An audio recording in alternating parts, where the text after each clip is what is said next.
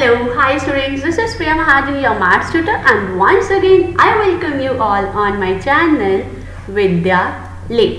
So जैसे कि students आपको पता है कि लास्ट वाले सेशन में हमने स्टार्ट करा हुआ था क्वाड्रेटिक इक्वेशन, जिसमें मैंने आपको की first method of solving quadratic equation discuss करा था, which is yes factorization by splitting the middle term. आज हम स्टार्ट करने जा रहे हैं सेकेंड मैथड फैक्टर बनाने के, फैक्टराइज करने के क्वाड्रेटिक इक्वेशन को। वो क्या है?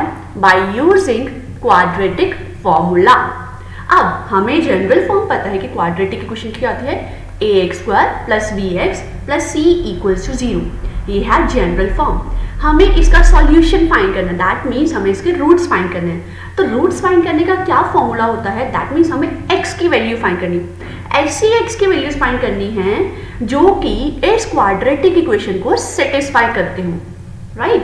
सेटिस्फाई करने का मतलब क्या है कि अगर मैं जो मेरे पास रूट आए, जो मेरे पास x की वैल्यू आई, अगर मैं उसको लेफ्ट हैंड साइड में सब्स्टिट्यूट कर रही हूँ तो मेरे पास राइट हैंड साइड क्या आ जाना चाहिए, 0 के इक्वल। वो सॉल्व करके क्या आ जाए, 0, that is left hand side right hand side के इक्वल आ जाए। तो एक मैथड हमने डिस्कस करा था by using factorization method by splitting the middle term. Next हम यूज करेंगे क्वाड्रेटिक फॉर्मूला। सो क्या है quadratic formula? According to quadratic formula x की वैल्यू क्या हो जाएगी, -b, इसको इस तरह से लिखते हैं -b plus minus b² - 4ac in square root upon 2a। So ये है फॉर्मूला x की वैल्यू फाइंड करने का।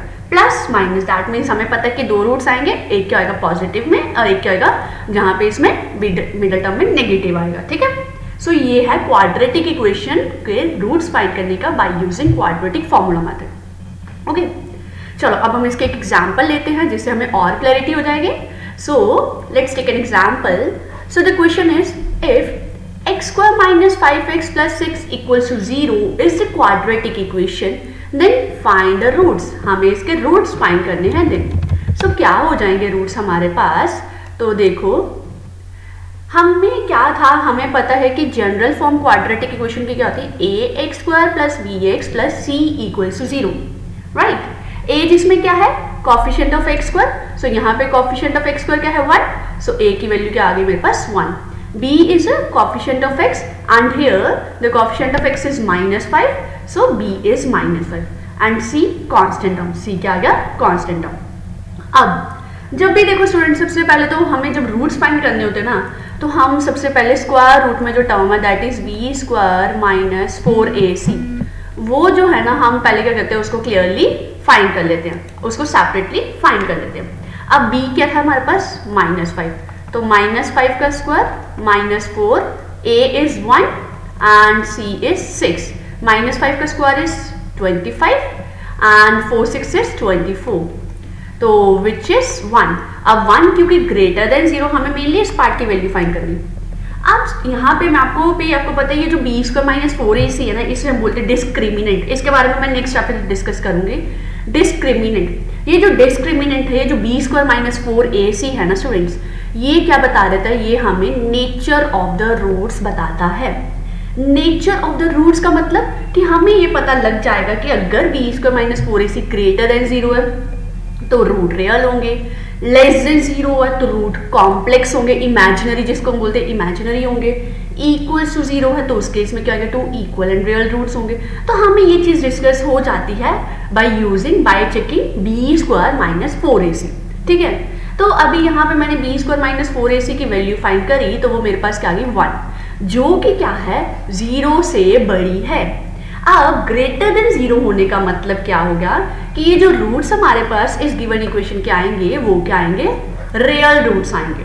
कैसे रूट्स आएंगे, रियल रूट्स आएंगे। Very good. अब हमें फाइंड करने थे रूट्स। तब देखो रूट्स फाइंड करने का मेथड मैंने आपको फॉर्मूला बताया था कि x = -b plus minus b² - 4ac square root upon 2a। अब -b हम खुद से देखो यहाँ पे वैल्यू सब्स्टिट्यूट करते हैं।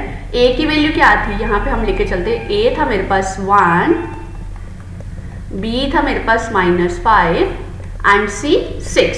Let's substitute the values now. So -b that is minus of -5 plus minus B square is, ये तो हमने पूरी वैल्यू फाइंड करी तो ये तो हमें पता है 1 आएगा, right, upon 2 into A is 1, so 2 into 1, so ये क्या बन गया, minus and minus will become plus, root 1 क्या आएगा, 1 आएगा, डिवाइडिंग 2। अब यहाँ पे इसको कैसे यूज करना है, एक बार हम 5 प्लस 1/2 फाइंड करेंगे एंड सेकेंड टाइम हम 5 माइनस 1/2 फाइंड करेंगे, ठीक है। सो 5 plus 1/2 is 6, 6/2 is 3, 5 minus 1 is 4, 4/2 is 2. So the roots, the values of x which is satisfying the quadratic equation is 3 and 2. So x की जो वैल्यूज जो इस quadratic equation को satisfy कर रही है वो कौन कौन सी है, एक तो 3 है, सेकेंड है 2, समझ गए। सो ये कैसे हम क्वाड्रेटिक फॉर्मूला की हेल्प से फाइंड कर सकते हैं। तो अब आपको समझ आ रहा होगा कि हमें कैसे कैसे दोनों मेथड्स अप्लाई करने। बट अगर स्टूडेंट्स आपको पेपर में दिया ना कि इस इक्वेशन को क्वाड्रेटिक इक्वेशन को सॉल्व करना बाय यूजिंग फैक्टराइजेशन मेथड, तो आपने फैक्टराइजेशन बाय स्प्लिटिंग टर्म ही, मिडल टर्म ही यूज करना है। बट अगर आपको बाय क्वाड्रेटिक फॉर्मूला बोला तो आपने क्वाड्रेटिक यूज करना है। अगर कुछ नहीं बोला तो जो आपको लगता है कि अगर तो मेरे को लग रहा है कि इसके फैक्टर्स बनाने, मिडल टर्म स्प्लिट करना मेरे को इजी लग रहा है तो आप वो मेथड यूज कर लो। अगर नहीं वो समझ आ रहा है कि भाई कैसे स्प्लिट होगी तो आप क्वाड्रेटिक फॉर्मूला यूज कर लो, ठीक है। सो ये चीज आपने ध्यान रखनी कि जो चीज अगर तो पेपर में मेंशन्ड है तब तो हम वही फॉर्मूला यूज करेंगे, बट अगर नहीं मेंशन तो हमें जो सिंपल लगे हम वो यूज कर सकते हैं, ठीक है। वंडरफुल। आगे नेक्स्ट हम डिस्कस करेंगे जो कि मैंने आपको बताया था, relationship between discriminant and the nature of the roots. So क्या है डिस्क्रिमिनेंट और उससे रूट्स की नेचर हमें कैसे समझ आती है वो देखते हैं। तो सबसे पहले तो हमें पता है अगर quadratic equation ax² + bx + c = 0 given है हमें, तो जब हम वैल्यू फाइंड करते हैं b² - 4ac, इस b² - 4ac को हम क्या बोलते हैं, d। So this d is b² - 4ac। d is discriminant.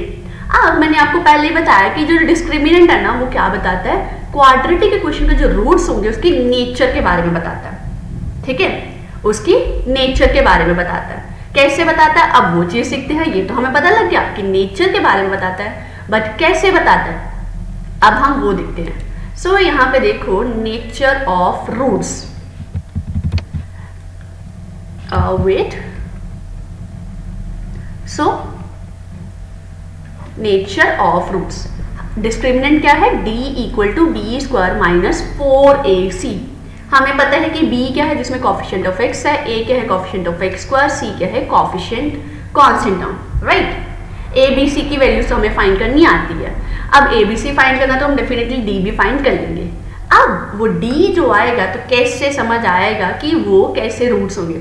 अब ध्यान से देखो, ये 3 केसेस बनते हैं, यहाँ तो d 0 के इक्वल हो सकता है, यहाँ तो लेस देन 0 हो सकता है और ग्रेटर देन 0 हो सकता है। यही 3 केसेस पॉसिबल है ना, राइट। अब अगर मान लो d की वैल्यू ग्रेटर देन 0 आ रही है, जैसे कि हमने पिछले वाली क्वेश्चन में करी थी, तो रूट्स जो आएंगे, 2 रूट्स तो आएंगे वो तो हमें पता है, बट वो 2 डिस्टिंक्ट मतलब अलग अलग रियल रूट्स होंगे। कैसे रूट्स होंगे, डिस्टिंक्ट रियल रूट्स। ध्यान में रखना है d greater than 0 implies 2 distinct real roots. If d is equal to 0, अगर ये b² - 4ac मुझे सॉल्व करके एक्सप्रेशन 0 आ गया तो रूट्स कैसे होंगे, 2 equal real roots। कैसे होंगे roots, 2 equal real roots। But if d is less than 0, अगर d less than 0 आ रहे हैं तो हमारे पास कोई भी रियल रूट एग्जिस्ट नहीं करता, जिसे हम बोलते हैं इमेजिनरी रूट। वो हमारा अभी का कॉन्सेप्ट नहीं है, वो 11th में हम डिस्कस करोगे। बट अभी के लिए आपको बस ये समझना कि अगर d लेस देन 0 है तो रियल रूट्स एग्जिस्ट नहीं करेंगे। ग्रेटर देन 0 है तो 2 distinct real roots, equal to 0 2 equal real roots, less than 0 no real roots. समझ गए ये बात, वंडरफुल। ओके, सो अभी हमने आज क्या डिस्कस करा, पहले तो हमने क्वाड्रेटिक फॉर्मूला से कैसे सॉल्व करना वो डिस्कस करा, सेकेंडली हमें नेचर ऑफ रूट्स के बारे में हमने डिस्कस करा। अब नेक्स्ट वाले वीडियो में हम इससे रिगार्डिंग बहुत सारे क्वेश्चंस डिस्कस करेंगे। So for that stay tuned, bye bye, have a great day.